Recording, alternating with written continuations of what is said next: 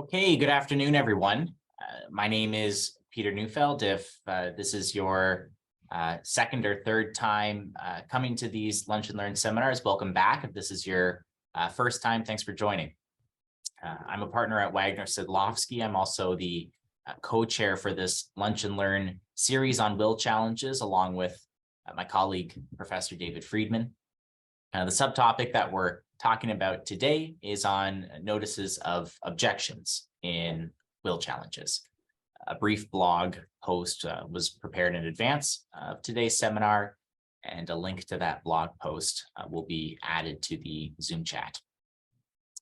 Just a few housekeeping notes. Please make sure that you have your microphones muted at all times, unless you're asking questions at the end of the presentations.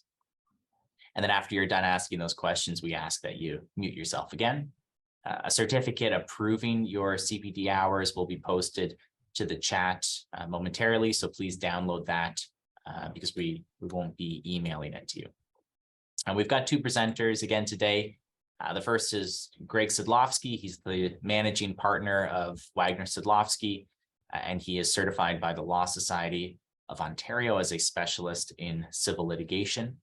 He'll be joined by Mukta Batra, who's an associate at Wagner Sidlofsky. She's a graduate of Christ University in Bangalore, and she has earned an LLM from Duke University. She's been called to the bar in India, California, as well as Ontario, and practices in both estate and commercial litigation at Wagner Sidlofsky. Big thanks to our sponsors, the B'nai B'rith, Centra Trust, Scotia Wealth Management, Torkin Mains, TD, as well as BMO Trusts and Estates. This event is complimentary because of them. If you've enjoyed our seminars so far, or if you enjoyed today's series, we ask that you consider making a donation to the B'nai B'rith Canada Food Program if you haven't already. The link for that will also be put in the chat, and to discuss a little bit more about this Canada Food Program, I believe we have Cheryl Landy with us today, who's the Director of Community Engagement at the B'nai B'rith. So I'm going to invite her to speak about the food program for about a minute or so. Cheryl, if you're there, go ahead and take it away. Thanks so much, Peter. Yes, thanks for the introduction. I am the Director of Community Engagement at B'nai B'rith. I do run the food bank. I believe Michael Mostyn, our CEO, has given you the history, so I won't go back into that. I will only tell you that we run the food bank every week. We started with 40 people and now deliver weekly to 170 families. I'll just give you a little background of the people we deliver to. We deliver the boxes every Thursday. They're delivered by lawyers, accountants, retirees, family members. And one particular person that we deliver to, I'll call her Donna because that's her name. We deliver to her. She lives down on Ossington. She is a breast cancer survivor, a former drug addict, and lives in poor conditions downtown. Her box is delivered weekly by a gentleman who's 86 years old.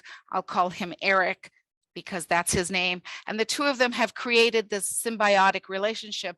Donna calls us to make sure that the roads are clear and Eric feels safe enough to drive the food all the way downtown. And Eric stops along the way and buys extra food to put in the boxes. The food is not the only thing that these people deliver. They deliver the socialization and the community and the camaraderie. And they have been doing it for 3 years. We've had very few people, very small turnover because so many people adore doing this. They get so much out of it. And it's quite a successful program that came out of COVID. And we're very happy to run it. Great. Thanks so much, Cheryl. Again, it's a fantastic program. We really encourage everybody to donate, and the link for that will be included in the Zoom chat for Thanks, easy Peter. access. Thanks. Okay, we'll start off with the seminar. Greg is going to start us off. So Greg, you can take it away. Thank you very much, Peter, and good afternoon, everyone. Our topic today is the notice of objection, and this is part one of two seminars that are going to address that topic. My colleague Mukta will discuss some of the foundational points concerning the notice, such as its purpose, timing, and the ramifications of filing one. And then I'm going to discuss the grounds upon which a notice can be challenged and potentially struck out. So Mukta, why don't you take it away? Thank you, Greg. I'm going to start off with setting out what a notice of objection is. A notice of objection is a form that's filed with the court to object to a certificate of appointment being issued in respect of an estate. It's akin to a caveat. As long as a notice of objection is in place, no certificate of appointment will be issued. This restricts the estate trustee's ability to deal with the assets, with some exceptions, which I'll deal with shortly. You may have heard that a notice of objection is called a piece of paper that packs a punch because of its effect and its brevity. Once a notice of objection is filed, it's valid for up to 3 years. Notice of objection can only prevent the issuance of a certificate of appointment. The timing is key. That is because once a notice of a certificate of appointment is issued, the court will not accept filing of a notice of objection. This is because an ET is already appointed at this stage, and the assets will then vest with the estate. The ET will then be vested with the estate.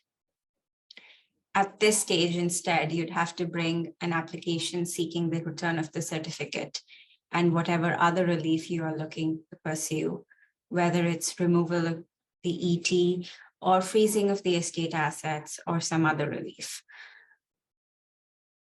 By the time that you seek additional relief, there's a risk that the estate may have already been administered and the assets may have already been dissipated. In such a case, you'd have to look at obtaining an order to trace and possibly claw back the estate's assets if it's possible to do so. The additional time, expense, and risk to the client can be avoided by promptly filing the notice of objection. This is particularly important if the application for certificate of appointment has already been filed, as we have no control over how soon or how slowly the registry will issue the certificate of appointment. Fortunately, though, the notice of objection is a short document to prepare.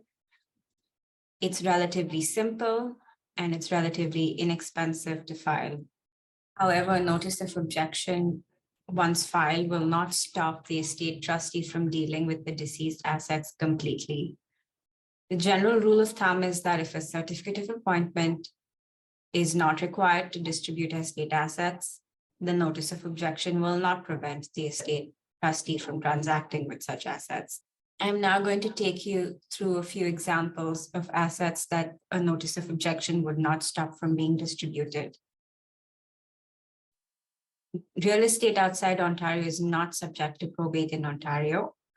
The reason is that this falls outside the value of the estate. A Form 74.4, which is the application for a certificate of appointment of an estate trustee, says on page 2 that real estate net of encumbrances excludes any real assets in Ontario that is held jointly and passes by survivorship, or any real estate outside of Ontario. This has also been discussed in the Gravnovsky estate, where the court had to consider a situation where there were multiple wills and whether the second will had to be included in the valuation of probate of estate administration tax when only the first will was submitted for probate.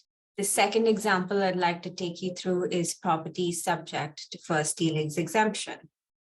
What is the first dealings exemption? When a property has been converted from the land registry to the land title system, the first conveyance is exempt from the requirement for probate. for the purpose of first dealings exemptions, survivorship applications, severances of joint tenancies, discharge of mortgages are some examples of transactions that are not counted while finding out if there is a first conveyance. What happens if the estate only consists of real estate and the real estate is subject to a first dealing exemption? In such a case, a notice of objection will not assist you to stop the assets from being dealt with. Accordingly, you may have to advise your client about alternate strategies such as bringing a motion for CPL, obtaining preservation orders, and such other relief. You may also want to consider investigating title, especially before filing the notice of objection, to determine whether the property is subject to a first dealings exemption and whether the notice of objection would cover the property. The third example I'd like to discuss is joint assets. Joint assets are typically dealt with outside of probate. As I stated before, Form 74.4 excludes joint assets that pass by survivorship. Consequently, a notice of objection will not prevent the estate trustee from dealing with them. However, it's possible to challenge and prevent distribution of joint assets on the grounds of constructive and resulting trust or any other claims. That, however, would require an application for directions from the court. Registered accounts such as RRIFs, RRSPs, retirement plans, and pensions with beneficiary designations can also be dealt with without probate, and notice of objection will not prevent an estate trustee from dealing with these accounts provided there are beneficiary designations. The exception is where a situation where the beneficiary designation is revoked in accordance with Section 52 of the SLRA. To be an effective revocation of designation, the revocation has to be either general or specific. However, it has to expressly deal with the revocation of the designation itself. Despite a notice of objection, creditors can be paid out and personal property may be distributed.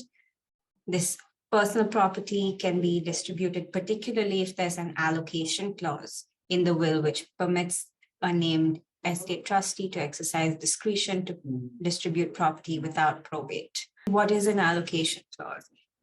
An allocation clause is a clause which provides the estate trustee discretion to determine whether probate is required for a specific asset. This is particularly useful because wills are often executed several years or even decades before a will has to be probated.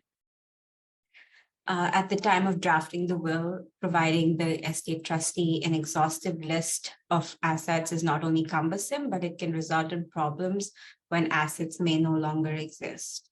There's also the situation where there may be multiple wills and only one is submitted for probate.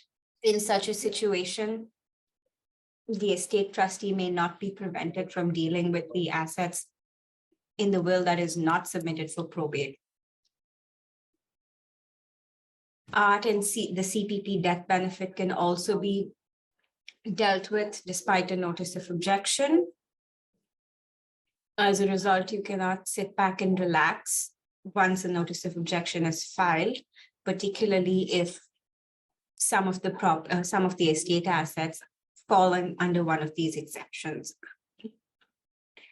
If all or a significant chunk of the estate assets fall under one of these exceptions, some of the alternate reliefs you can discuss with your client would be pursuing a CPL, seeking preservation orders, and also bringing a dependent support claim under Section 57 of the SLRA where appropriate. When a notice of application for dependent support is filed and served upon the personal representative of the deceased, distribution is stayed without further order or consent. If any distributions are made after the estate trustee or the named personal representative is put on notice, They may be personally liable to pay all or a portion of the support that the court orders.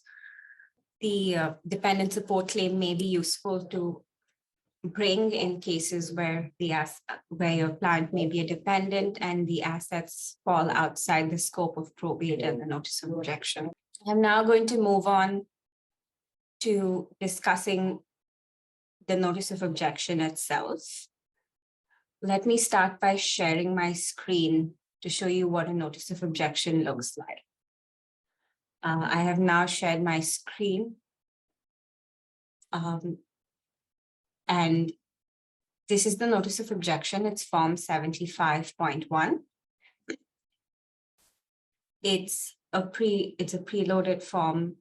You first fill out the deceased name or any alternate names.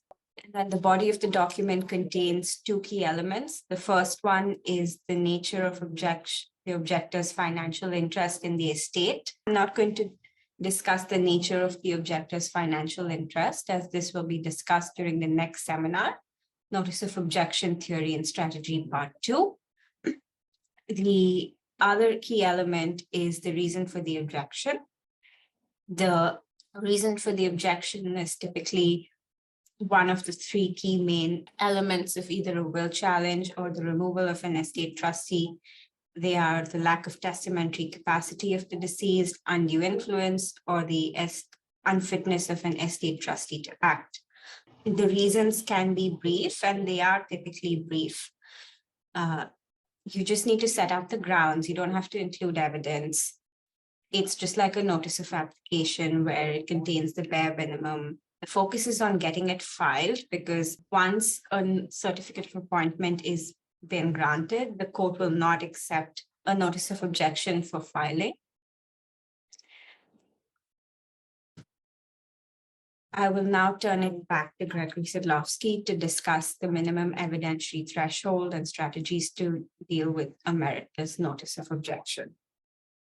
Over to you. Thank you. To begin with, it's important to note that a notice of objection is a stopgap measure. It can be filed quickly and easily. You can rely on it to protect from certain types of transactions and distributions, but it's supposed to be a first step in pursuing an application for actual substantive relief.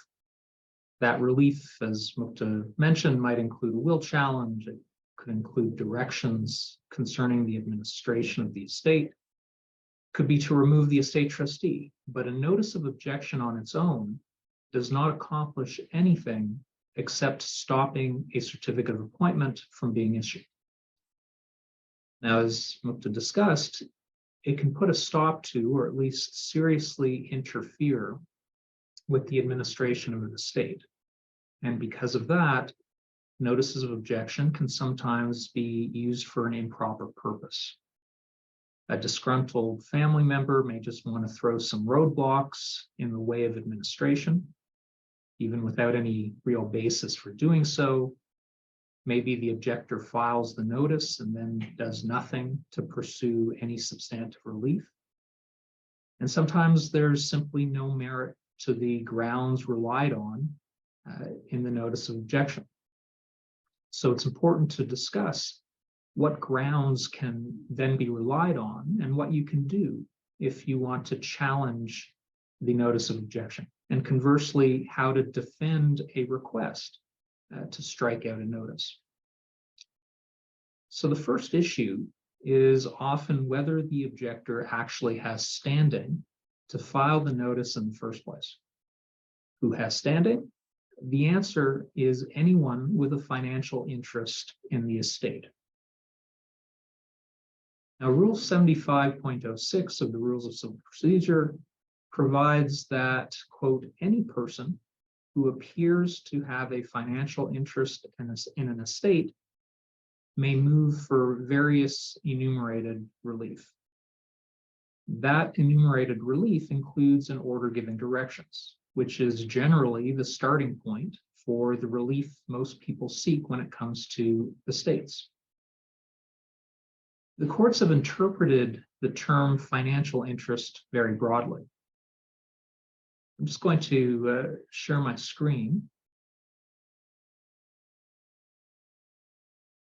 Now, on the screen is a quote from Corsten and Lovett, and it's actually quoting probate practice by McDonald, Sherd, and Hull.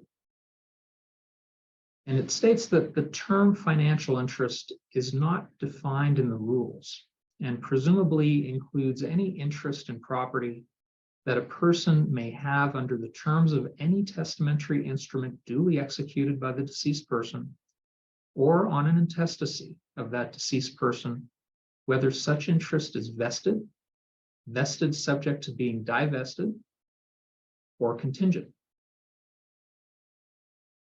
Now, that language is quite broad, but it has real limits. And the courts will not hesitate to strike out a notice of objection or an application for directions, for that matter, if the court is not satisfied that the person seeking to meddle in the estate has standing to do so. This is often an issue when there are multiple wills. So there might be excellent grounds to strike out the most recent will signed by the deceased. But if your client does not have a financial interest under the prior will or any previous will that is still in existence, then that won't be enough.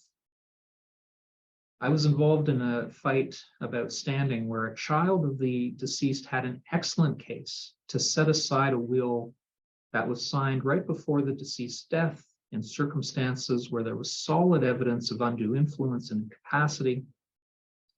But after bringing the will challenge, the propounder of the recent will brought out a will from decades earlier where the deceased simply gave everything to a spouse. So the child of the deceased did not have a financial interest, regardless of how strong the will challenge was. Now, that said, the courts have also held that the evidence required to establish a financial interest not be conclusive, but the evidence does have to support at least an inference that the claims raise a genuine issue which should be heard by the court. Now, it's important to note that the objector or applicant does not need to prove a financial interest in the estate at the time of the objection or even on the subsequent application.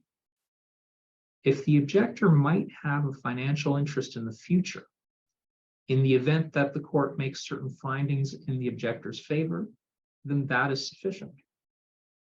So, for example, you might not be a beneficiary under the deceased's most current will, but if you're seeking to strike out the current will and your client would inherit under a prior will or on an intestacy, then that would be sufficient to establish a financial interest in the estate.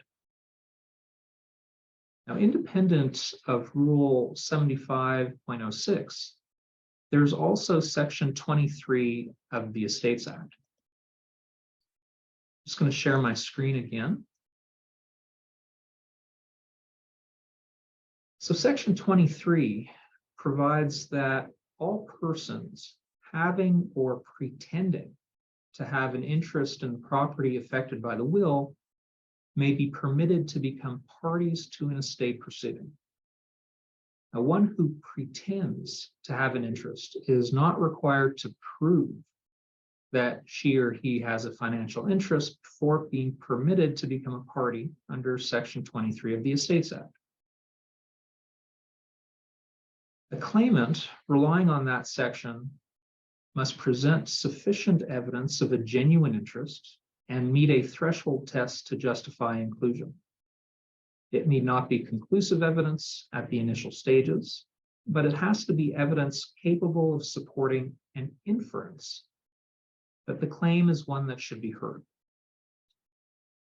It's also important to note that Section 23 refers to an interest in the property affected by the will, whereas Rule 75.06 refers to any person who has a financial interest in the estate. So someone with an interest in a particular asset held by the estate may be able to rely on this section in particular to get standing in order to be involved in an estate proceeding that involves the estate in general, even if that person's only interest is in a particular asset. Now, whether your client is relying on Rule 75 or the Estates Act, what is required in order to establish standing is somewhat flexible, and it may depend on what you are trying to accomplish, the relief you're seeking. But if you don't have standing, then any notice of objection or any subsequent application seeking relief can be struck out. So a lack of standing, and also, as I'll come to in a moment, if there is no merit to the grounds that you are relying on in the notice of objection, then an interested party can seek to strike out the notice. How does one strike out a notice? Well, you do that by either commencing an application for directions and seeking that relief, or by bringing a motion within the existing proceeding to strike it out. Either way, you are applying or moving with supporting evidence and asking the court to make a determination that for whatever reason you're relying on, the notice of objection should not be permitted to stand. And that application or motion is dealt with in the usual manner by the court. There might be multiple rounds of affidavits dealing with the facts that are in play. There might be cross-examinations. And then you have a court hearing to argue the issues. Now, that court hearing is not a summary judgment motion. You don't have to establish a genuine issue requiring a trial, and the case law that relates to summary judgment is not applicable. But for all intents and purposes, it isn't that far off. That brings me to the legal test. What the court is looking to determine is either one, that the objector or applicant has standing, if that's the issue, or two, whether there's what is referred to as a, quote, minimum evidentiary threshold to support the objection or the application, if it's the merits that are in dispute. This minimum evidentiary threshold is something that is often talked about, but it's not that simple to define. The term was first used by the Court of Appeal in the Neuberger Estate and York decision in 2016. But it was applied by Justice Myers as a general threshold test in 2017 in SEPA and SEPA. That decision, the deceased disinherited her oldest child and left her estate to her younger son, who had been taking care of her on a day-to-day basis. The mother told her lawyer that her older son was unhelpful and unreliable. Not surprising, the disinherited son didn't like that. He challenged the will, as well as certain transactions in which the mother put assets into joint tenancy with the younger son. And the basis for challenging the will was incapacity, undue influence, breach of fiduciary duty, the usual allegations. In reviewing the facts, the court noted how the younger brother greatly assisted his mother and took care of her for over a decade, whereas the disinherited brother only visited twice a year and spoke by telephone about once per month. What's interesting is that the parties had actually agreed to an order for directions with the usual disclosure provisions. But Justice Myers refused to sign the order. And the basis for the refusal is that he first wanted to ensure that there was some evidentiary basis to meet an applicable legal test. And His Honor actually asked whether it was time for a culture shift in estates litigation. Because by that point, the estates proceeding would be started, there would be an order for directions, and there would be the usual extensive disclosure and production obligations contained in the court order. Specifically, Justice Myers wrote that, quote, the court should be very reluctant to consign estates and beneficiaries to intrusive, expansive, expensive, slow, standard form fishing expeditions that did not seem to be planned to achieve the goals of civil justice for the parties. So the court seized on the Neuberger decision, and to quote from Justice Scalise, she wrote, in my view, an applicant must adduce or point to some evidence which, if accepted, would call into question the validity of the testamentary instrument that is being propounded. And the SEPA decision really did trigger a culture shift in estate litigation. No longer could a claimant just rely on bald allegations to use the court to get access to confidential, financial, sometimes very personal medical documents that had become routine to order in estates proceedings.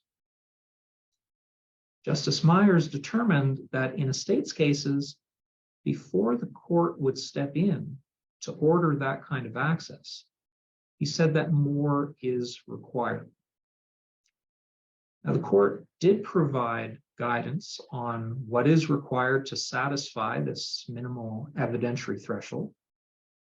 Justice Myers stated that the court ought to measure the evidence adduced by the applicant challenger against the evidence answered by the proponent of the will and assess what, if any, processes are required to resolve any conflicts that the court cannot fairly resolve on the record before it. And what this means is that if the court assesses, following this process, that it can fairly resolve the conflicts on the record before it, if the court determines that there is no minimum evidentiary threshold warranting more, then the court is going to strike out the objection or the application flowing from it. But determining whether this evidentiary threshold is met is a very fact-specific step. And the courts have held that you don't have to prove your case at this preliminary stage. But if you are an objector and you're met with an application or a motion to strike the notice of objection, then as a practical matter, you really ought to put your best case forward, at least based on the evidence that you have available at the time. And that means putting real effort into marshaling your evidence, getting affidavits from witnesses, putting forward what you have. Because if you lose, you're done. And you're not going to be able to rely on an order for directions, giving you access to all the deceased's financial and medical records, in the hope that maybe those productions will help you to prove your case. You're not going to get there if you don't have the minimum threshold met to do that. So you need to meet that threshold in order to get to the next step. And if you can't, then that will be the end of your client's notice of objection and potentially the application for substantive relief. So that covers the issues that we wanted to discuss in our presentations. And we want to open it up now to questions.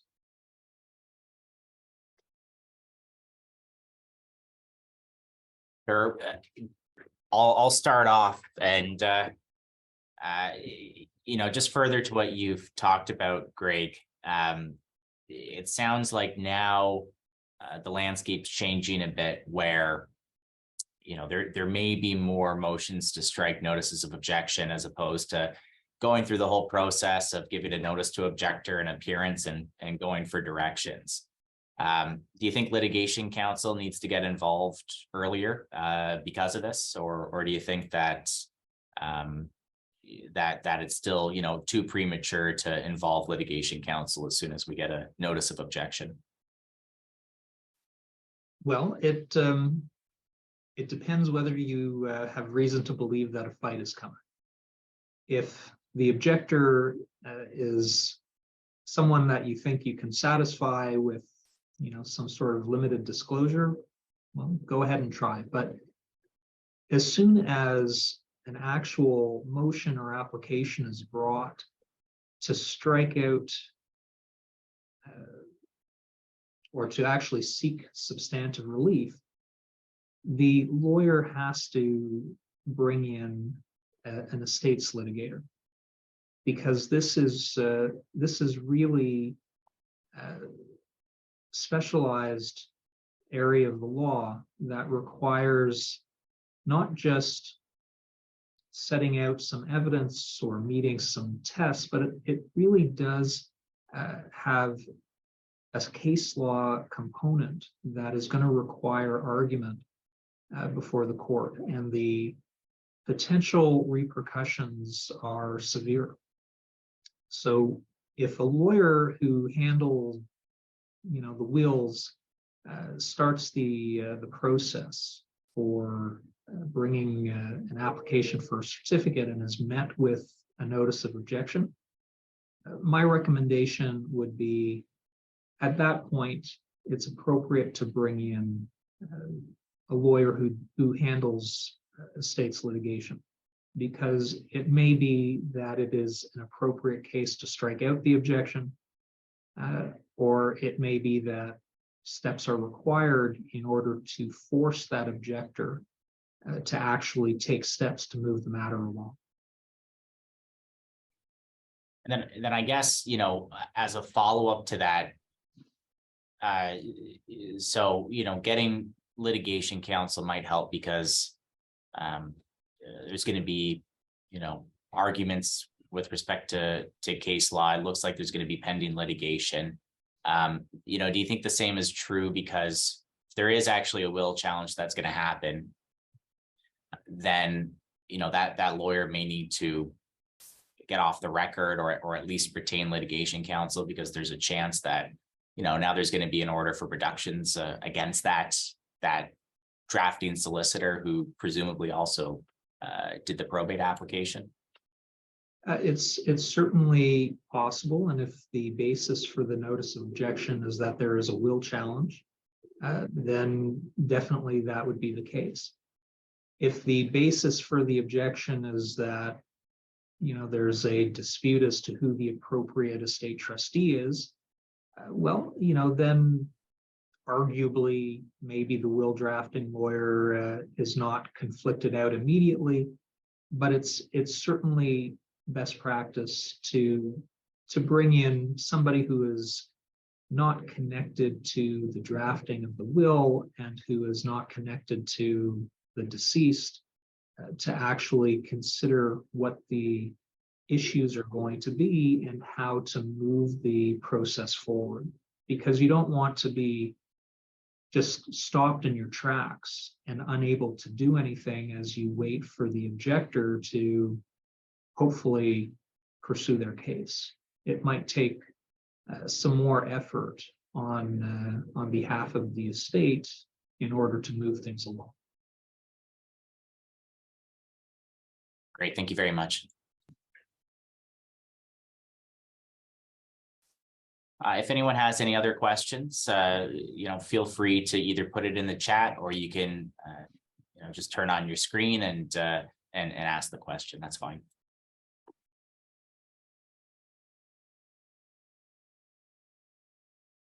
Hello, it's Maureen Tucker here. I have an estate where there is no will. There may be a challenge by other family members. Should a notice of objection go in at this point? My client resides out of the province, and her application for probate has been denied by the registrar. I understand there are about 1,500 applications just sitting to be reviewed by the registrar, should a notice of objection on behalf of the client, who is the daughter of the deceased, be placed before a Rule 14 application is submitted? So if there's no will, then somebody is going to have to apply in order to be appointed an estate trustee without a will. So I think the short answer is it's not going to hurt in order to file a notice of objection. It never hurts if you think you are going to be potentially challenging anything with respect to the administration of the estate. But if the person applying to be appointed follows the rules and complies with their obligations, then you'll get notice of that, or your client would get notice of that application if they're a potential beneficiary. There's another question in the chat, and it's essentially asking, okay, well, there's a notice of objection that's provided or that's served and filed, but the state trustee doesn't give notice to objector. And so the issue with that is, well, we're not following this process of giving the notice to objection, serving a notice to objector, providing a notice of appearance, all of that leading to an application for direction. So the person who's stuck with wanting to object to it, is waiting for the estate trustee to do something, but they're not doing anything. So, the question posed is, what does the objector do in that case? Do they just bring an application for directions? That's what they have to do. They have to get it before a court and get directions as to how the litigation is going to be dealt with. And that's really the only way to force the issue.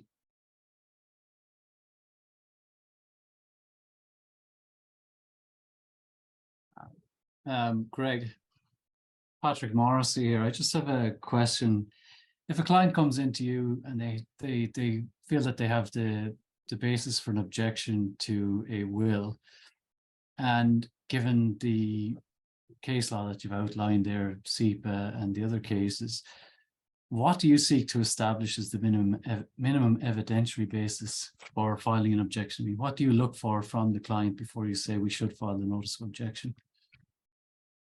So usually when someone comes to me and wants to challenge an estate or challenge, an estate trustee, there's often a timing consideration. So, clearly I want to know what the basis is for the challenge. I want to have a thorough understanding of why my client says that there is a basis to challenge it. But I wouldn't let that stop me from preparing and filing the notice of objection, because, as we've said, there is a time element, and you don't want that certificate of appointment granted while you're thinking it over and analyzing whether your client has a good case, because ultimately that's something for the court to do, and you don't want your client to blame you if you were given instructions to pursue this and you didn't, and all of a sudden bank accounts and investment accounts are all distributed. But that doesn't mean you don't disregard it. You do have to really give some thought and ask the questions to get the underlying information with a view to being able to justify that notice of objection in the future. And you have to tell your client, he has to or she has to at some point be able to justify what they're going to allege in that notice of objection. And if they can't, then it's just going to be struck out, and someone might be looking for costs against them down the road.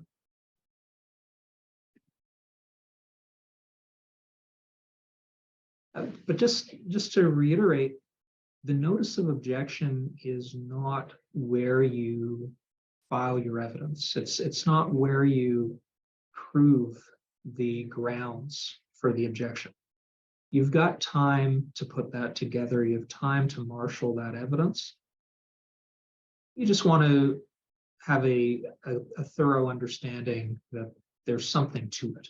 That's what I would say.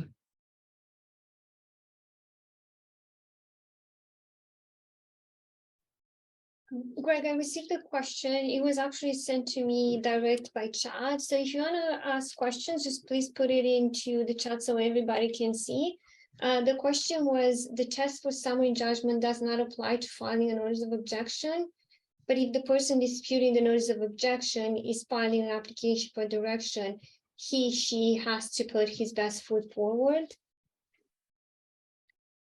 Well, the putting your best foot forward is, language from summary judgment case law that goes back many, many years. And I would use that language in giving advice to lawyers. And, it's something that if I am met with a motion or an application to strike out an objection or an application, that's something that I would want to do. I would want to put my client's best foot forward, because the consequences, if you don't, are just too severe. You risk putting an end to the litigation if you can't meet that minimum evidentiary threshold. And you don't want to be the one to say, oh, well, I held back some evidence. Sorry about that, client. I thought we had it. I thought we had the threshold met. And then you're reporting it to Law Pro because you didn't do a competent job in responding to the motion.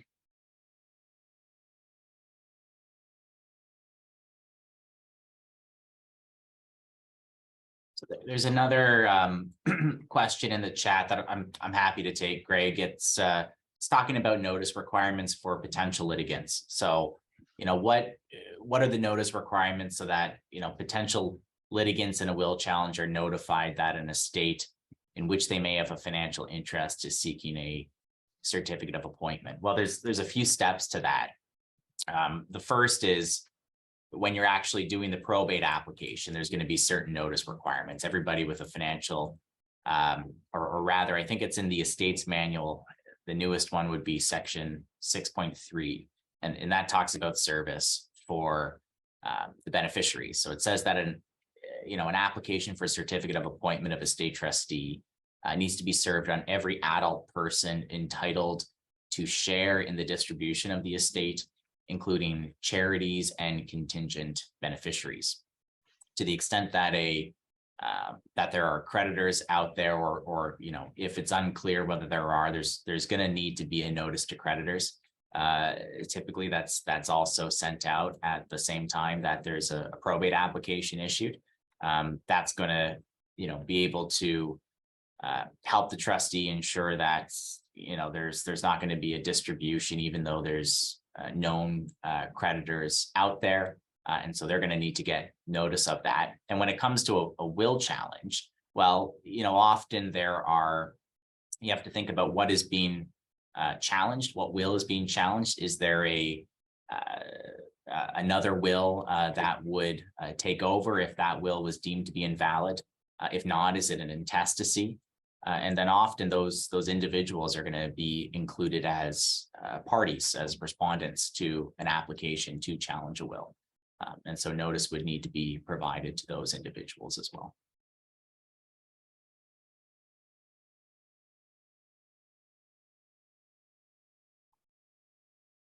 There is another question here. It says, how can an order be obtained to remove a person from the estate planning process who does not have a financial interest? Well, I guess it depends what is meant by the process. You know, if there is a challenge to an estate, then it means that somebody has brought an application seeking specific relief. And if you're, for example, named in that and you don't want to be, you could take steps to try to have yourself removed, and maybe the parties would consent to that. But ultimately, if you're being named just to comply with the obligation to name every adult who is a potential beneficiary, then it means you are properly added. If you want a court to remove you, well, a court would likely do that if there are no objections, but you would be foregoing your right to participate and to get information as to what is happening in that estate proceeding. So the answer to the question is, if it means a lot to you, you can bring an application, or you can bring a motion. Might even be something you could do at a case conference if nobody is opposing it. And then the issue will become whether there's a particular reason to keep you in the proceeding. But just because you're named does not mean that you have to file a notice of appearance. It doesn't mean that you have to actually take an active role in the litigation.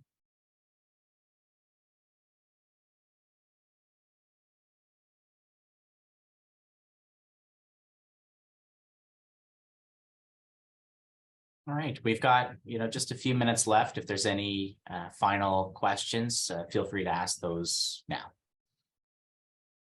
Mr. Neufeld, it's Jason DeFreitas from the Ministry of the Attorney General. I just wanted to ask a question. You referred to an estates manual, I believe.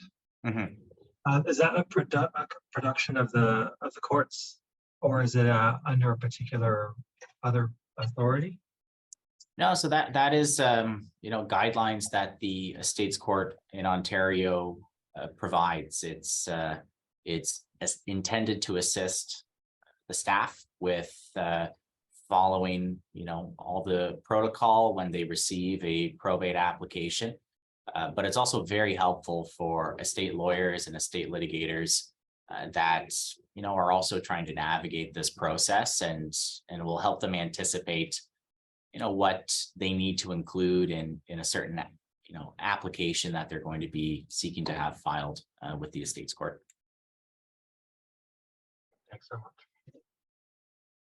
And I'm happy to upload that. I know in previous seminars I've included that estates manual. I'm happy to upload that to the chat.